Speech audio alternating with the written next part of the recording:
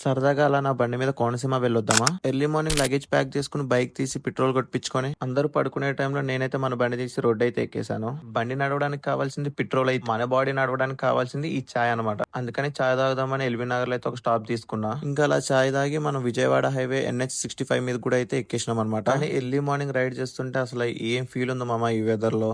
Last time నేను Ladakh ride complete చేసుకుని వస్తున్నప్పుడు చేసిన ఎర్లీ మార్నింగ్ రైడ్ అయితే. ఇంతకీ నేను ఎక్కడికి వెళ్తున్నానో చెప్పలేదు కదా. అమలాపురం అయితే వెళ్తున్నాను అనమాట మా అమ్మమ్మ వాళ్ళ ఇంటికి. ఈ రైడ్ వచ్చేసి ఆల్మోస్ట్ హైదరాబాద్ నుంచి 500 కిలోమీటర్స్ అయితే ఉంటుంది. ఇంకా అలా వెళ్తూనే మనం తెలంగాణ నుంచి ఆంధ్రప్రదేశ్ లో కూడా సక్సెస్ఫుల్ గా అయితే ఎంటర్ అయిపోయినాం. ఇదే మన Telangana Andhra Pradesh check post border అయితే. ఏపీలోకి ఎంటర్ అవగానే నాకు ఈ టిఫిన్ షాప్ అయితే కనిపించింది. ఇంకా ఆగి 2 ఇడ్లీలు 2 వడ అయితే చెప్పుకొని తినేసి మన రైడ్ అయితే మళ్ళీ స్టార్ట్ చేసేసిన. విజయవాడకి ఇంకా 30 కిలోమీటర్స్ ఉందనగా మధ్యలో మా బాస్ అయితే కనిపించారు అనమాట. ఇంకా బాస్ దర్శనం చేసుకుందామని టెంపుల్ కి అయితే వెళ్ళాను. ఈయనే మా బాస్ వీర అభయ ఆంజనేయ స్వామి. ఈ ఆంజనేయ స్వామి స్టాచ్యూ హైట్ వచ్చేసి 135 ఫీట్ హైట్ అయితే ఉంటుందన్నమాట. అలా బాస్ తో కొద్దిసేపు కష్ట సుఖాలు మాట్లాడుకుని మళ్ళీ మనం విజయవాడ గన్నవరం బైపాస్ రోడ్ అయితే ఎక్కేసాం అనమాట.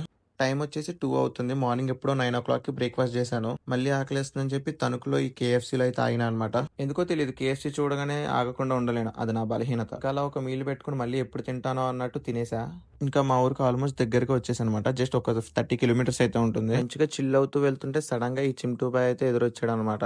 చింటూ బాయ్ని తప్పించి నేనైతే సక్సెస్ఫుల్ గా చించినాడు బ్రిడ్జ్ అయితే ఎక్కేసాను మామ.